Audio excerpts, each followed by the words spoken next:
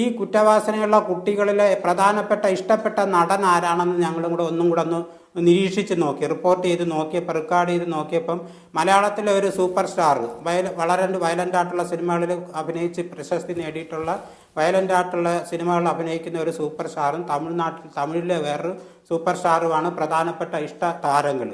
കുറ്റവാസനയുള്ള കുട്ടികളുടെ ഇഷ്ട താരങ്ങളെന്ന് പറയുന്ന ഈ രണ്ട് നടന്മാരാണ്, ഇത്തരം സിനിമകളാണ്. അതുകൊണ്ട് ഇത്തരം സിനിമകൾ കുട്ടികളെ വലിയ തോതിൽ ബാധിക്കുന്നുണ്ട്. ഒരു 40 വയസ്സുള്ള ഒരാളിനെ സിനിമ ബാധിക്കുന്നതിനേക്കാൾ കൂടുതലാണ് ഒരു 15 വയസ്സുള്ള കുട്ടി 18 വയസ്സുള്ള ഒരു കുട്ടിയെ വേഗത്തിൽ അട്രാക്ട് ചെയ്യും. ശരിക്കും പറഞ്ഞാൽ ഒരു വൾണറബിലിറ്റി ഉള്ള ഒരു പോപ്പുലേഷൻ പൊതുവിൽ വളർന്നു വരുന്നുണ്ട്. അവർ വേഗത്തിൽ ഇത്തരം ഘടകങ്ങളാൽ ആകർഷിക്കപ്പെടുകയും ചെയ്യുന്നുണ്ട്. അതുകൊണ്ട് തന്നെ മൾട്ടി ഡയമെൻഷണൽ ആയിട്ടുള്ള ഇടപെടൽ നമുക്കിതിൽ പല കാരണങ്ങളാണ് ഈ പ്രശ്നങ്ങൾക്ക് പിന്നിലെന്നാണ് ഡോക്ടർ ജയപ്രകാശ് പറയുന്നത്. ദിനുവയിൽ ഇവിടെ ഈ ചർച്ച കേട്ടുകൊണ്ടിരിക്കുന്ന ഒരു 2010 ശേഷം ജനിച്ചൊരു കുട്ടി വിചാരിക്കുക ഇതെല്ലാം എൻ്റെ കുഴപ്പമാണ് എന്ന് വിചാരിക്കും. സ്വാഭാവികമായും ഞങ്ങളെന്തോ കുഴപ്പത്തിൽ പോയിരിക്കുകയാണ്, ഞങ്ങൾ മൊത്തം പ്രശ്നമാണ്, അങ്ങനെ വിചാരിക്കും. യഥാർത്ഥത്തിൽ അവർ പറയുന്നത് കേൾക്കുന്നുണ്ടോ മുതിർന്നവർ? അവരെ അഡ്രസ്സ് ചെയ്യുന്നതാണോ നമ്മുടെ ഇപ്പോഴത്തെ ബോധന രീതിയും സിലബസും? അവർക്കും എന്തൊക്കെയോ പറയാനുണ്ടാവില്ലേ?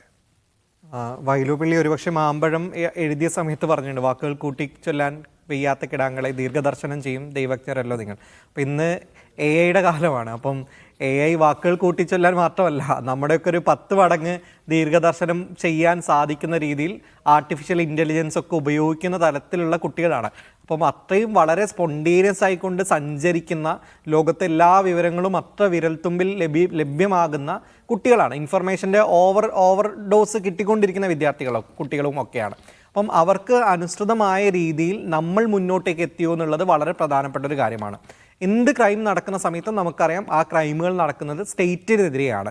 കുട്ടികൾക്ക് മേൽ സ്റ്റേറ്റിന് പാരൻസ് പെട്രിയ എന്ന് പറയുന്ന ഡോക്ട്രിൻ പ്രകാരം കുട്ടികളുടെ രക്ഷാകർതൃത്വം എന്ന് പറയുന്നത് കേവലം രക്ഷിതാക്കൾക്ക് മാത്രമല്ല, അത് ഭരണകൂടത്തിന് കൂടെയുള്ള വളരെ കൃത്യമായിട്ടുള്ള ഉത്തരവാദിത്തമാണ്.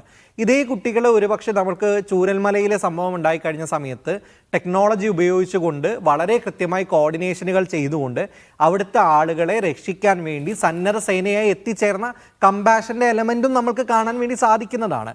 അപ്പോൾ വളരെ കൃത്യമായി കൊണ്ട് ഇത്തരം ക്രൈമുകൾ നടക്കുന്നതിൻ്റെ ഇടയിൽ സ്റ്റേറ്റിൻ്റെ സ്പെഷ്യൽ ബ്രാഞ്ചും ക്രൈം ബ്രാഞ്ചും പോലുള്ള ഏജൻസികൾ യഥാർത്ഥത്തിൽ ചെയ്യേണ്ടത്, അവരുടെ ഉത്തരവാദിത്തം എന്ന് പറയുന്നത് ഏതെങ്കിലും ഒരു അലൻ്റെയും താഹയുടെയും പിറകെ നടക്കലല്ല, മറിച്ച് ഇത്തരം ക്രൈമുകൾ ഉണ്ടാകുന്ന സമയത്ത് അതിനകത്ത് ക്രിമിനോളജിസ്റ്റുകളെ ഉപയോഗപ്പെടുത്തിക്കൊണ്ട്, ചൈൽഡ് സൈക്കാട്രികളെ ഉപയോഗപ്പെടുത്തിക്കൊണ്ട്, സോഷ്യോളജിസ്റ്റുകളെ ഉപയോഗപ്പെടുത്തിക്കൊണ്ട് വിശാലമായ അർത്ഥത്തിലുള്ള കേസ് സ്റ്റഡികൾ നടത്തപ്പെടേണ്ടതുണ്ട്. വളരെ കൃത്യമായി കൊണ്ട് ഇത്തരം ക്രൈമുകൾ എന്തുകൊണ്ട് സംഭവിക്കുന്നു. നമ്മുടെ യൂണിവേഴ്സിറ്റികൾക്കും ആ പണിയുണ്ടല്ലോ ദിനു. ആർക്കാണ്?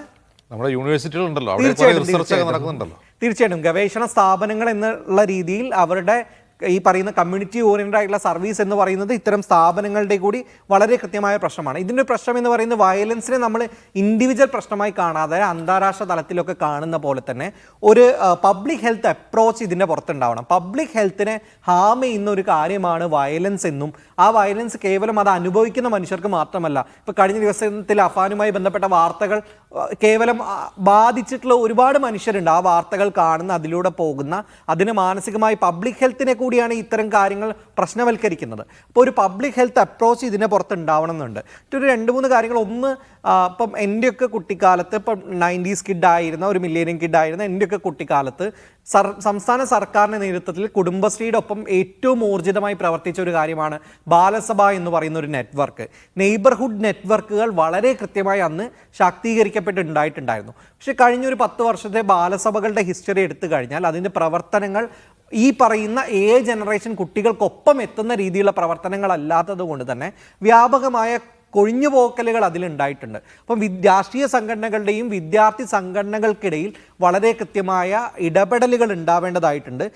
നേരത്തെ സൂചിപ്പിച്ച പോലെ പൊതു ആഘോഷങ്ങൾ, പബ്ലിക് സ്ഫിയറുകൾ, വായനശാലകൾ, ഇത്തരം പൊതു ഇടങ്ങൾ നമുക്ക് നഷ്ടപ്പെട്ടുകൊണ്ടിരിക്കുന്നു. പൊതു കളിക്കളങ്ങൾ ഇല്ലാതായിരിക്കുന്നു. അഗ്രഷൻ കുറയ്ക്കാൻ ഏറ്റവും നല്ലൊരു കാര്യം എന്ന് പറയുന്നത് ഈ രീതിയിൽ സ്പോർട്സ് അടക്കമുള്ള റിക്രിയേഷണൽ, ആർട്ടിസ്റ്റിക് ആയിട്ടുള്ള റിക്രിയേഷണൽ ആക്ടിവിറ്റികളിലൊക്കെ ഭാഗമാവുക എന്നുള്ളതാണ്. അപ്പോൾ അത്തരം റിക്രിയേഷണൽ ആക്ടിവിറ്റീസിനെ സ്റ്റേറ്റിൻ്റെ ഭാഗമായിട്ട് തന്നെ ഉണ്ടാവേണ്ടതായിട്ടുണ്ട്. മറ്റൊന്ന്, സോഷ്യൽ മീഡിയക്കകത്ത് ചൈന പോലുള്ള രാജ്യങ്ങളിൽ കൊണ്ടുവന്നിട്ടുള്ള ടൈം കൺട്രോളുകൾ അല്ലെങ്കിൽ പാരൻ്റൽ കൺട്രോളുകൾ കൃത്യമായി സ്റ്റേറ്റിൻ്റെ ഭാഗത്ത് നിന്നുകൂടി ഉണ്ടാവേണ്ടതായിട്ടുണ്ട്. ഇവിടെ പുറത്തേക്കുള്ള വയലൻസ് മാത്രമല്ല, കുട്ടികളോട് തന്നെ ചെയ്യുന്ന സെൽഫ് വയലൻസ്, അതായത് സൂയിസൈഡൽ ടെൻഡൻസീസ് അടക്കമുള്ള കാര്യങ്ങൾ വ്യാപകമായി വർദ്ധിക്കുന്നു എന്നുള്ളതും പേടിപ്പെടുത്തുന്ന ഒരു വസ്തുതയാണ്.